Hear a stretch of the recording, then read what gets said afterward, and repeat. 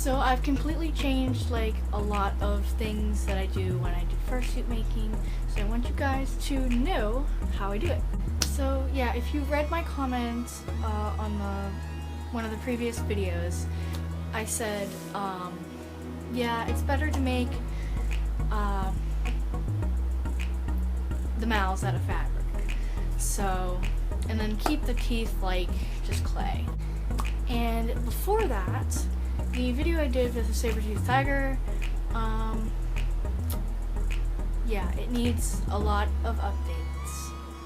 So starting with the head base, what I prefer to do is the welder's mask method, because it just comes right down over your face, you don't smash your ears, everything like that. And that method, as I said in the comment of one of my other videos, the saber-toothed tiger video, is better to do like with the balaclava method. So that goes over like the ski mask thing, it goes over your face. So that's how you do the moving jaws.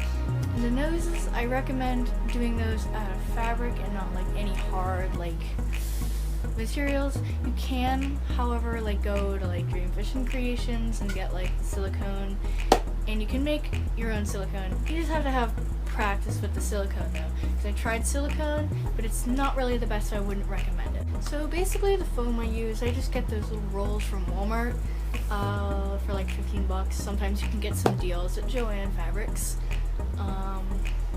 Yeah. So yeah, like I advise, like their foam is expensive, so just like make sure you like have like a good deal on it, I guess. So for the eyes, I make them out of like the white parts out of craft foam. Get that at Walmart as well. And then buckram, you only need usually a little bit of it, depends on how many suits you're making. For like the middle of the eyes, like the color and pupil, I don't know what any of this is called. Like extra parts like claws and horns, I make my horns out of craft foam. One thing is, it's better to just shape them and then paint them if you want to. So that saves like a lot of paint if you like don't want to paint the whole sheet of foam. So, and then I make my claws just like with Sculpey or something like that, like clay from Michaels. And also, if you want, you can get like the Dream Fishing Creations. Once again, they have like all kinds of stuff like claws and everything. So when I'm like furring the head bases, I put the plastic wrap on. The more detail you have, the harder it can be to like get the plastic wrap around every single like part. So I'd advise maybe like more rounded, simple details. So yeah, and then I guess of course after that you would put the duct tape over the plastic wrap so it doesn't damage the head or stick to it. And always, if you have like a pattern around the mouth, like make sure those are like, when you cut out the duct tape, make sure that is like easily noticeable, and then like sort of maybe number and put like arrows on. Highly recommended, because the fur, I guess, like has to go in certain directions like throughout the head. So yeah. So yeah, continuing the furring the head base, what I do is that I make sure like each of the pieces, if they're rounded, cut little slits in them on the rounded parts until like the whole piece of duct tape is flat.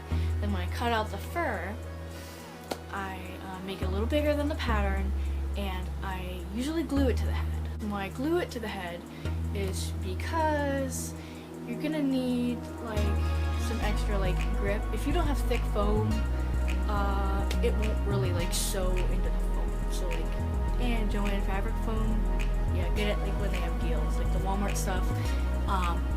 The thread doesn't like sew into the foam at all. So now on to like Digidegrade bodysuits. I haven't like made like a whole bunch of Digidegrade. I've just done partials, but with my experience, I've gotten better. So what I usually do, like if you don't like want to make a duct tape dummy, which I tried doing, I didn't like it like as much as my other methods. But yeah, like get an old piece of like long johns or like PJs that you don't want to wear, maybe have holes in them, like patch up the holes, whatever. Make sure like the bottom and top are like sewn together equally, you can put a zipper down the middle. And once you go out like the whole like base clothing, I guess how you want it, you can put foam on. I usually glue it on, and when I eventually fur it, it all like sticks together when I sew it. So like, yeah, like measure the like details and stuff. Sorry, I like kicked the camera. So yeah, measure the details and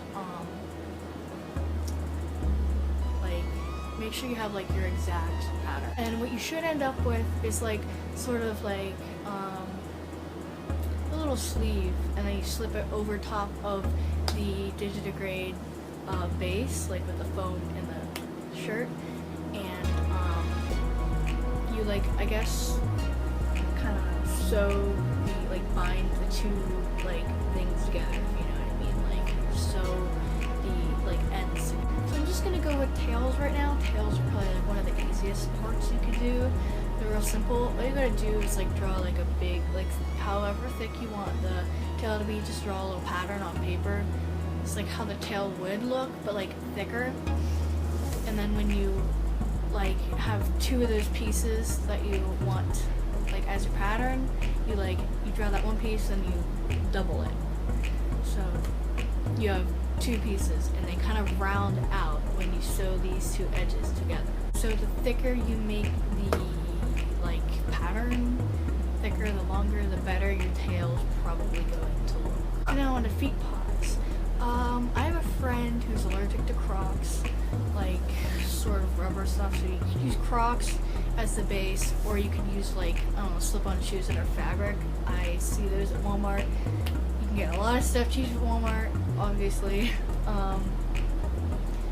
but I use like foam, like the thicker foam for like the outside of the toes, and I carve them, round them out, and then for the bottoms I use the Foam mats. You can get them like, I heard real cheap at Costco, different places, all kinds of places have them. For like the ankle part, like that goes up like sort of your leg, you would want to have it like, make sure you can like, before you glue it and like figure it out, make sure you can fit your heel and everything in there, so like you don't have any trouble sliding them on and off. Yeah, and then I did sandals too, so I'll tell you about that. So if you want to keep your fursuit like paws or feet paws like real nice, if you want to do fabric bottoms, you can do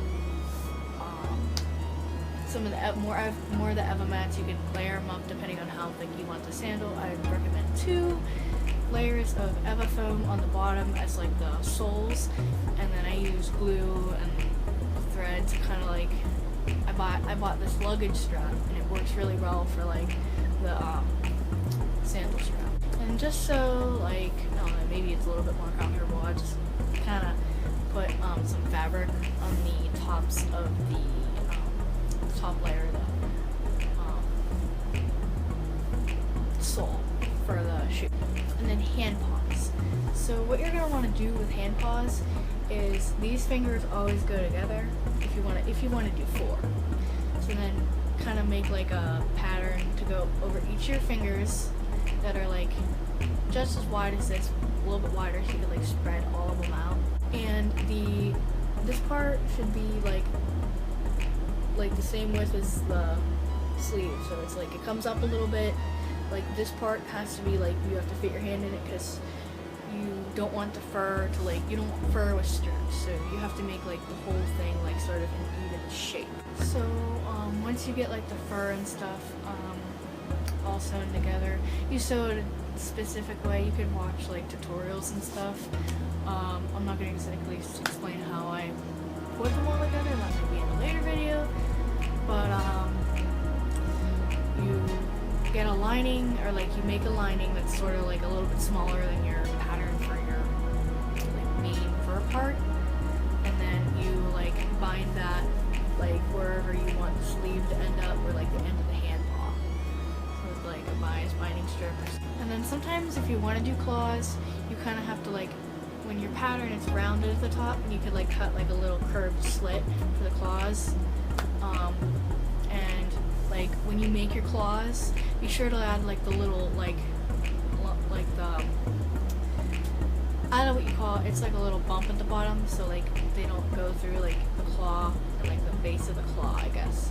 And I guess you could get cheap like liner fabric, and like if you need like any thin fabric for anything that's like the inside parts of the suit, yeah, get like cheap like stretchy fabric at Walmart. You can get like vinyl and like leatherish sort of stuff for the pop pads at Walmart too. But yeah, I plan on buying some fur from fursuitsupplies.com. That's like, I guess, like really recommended because you know they're reputable and they got like all kinds of different colors. So yeah, and then Joann Fabrics, I would say only get the fur when it's on some deals because like you got a budget. But yeah, Joann Fabrics can actually be way more expensive than Fursuit supplies. Just depends on like what you're buying. But yeah, that pretty much covers the basics, and I can show you some examples of my work so you can understand and get reference. Take reference, please, like I always say.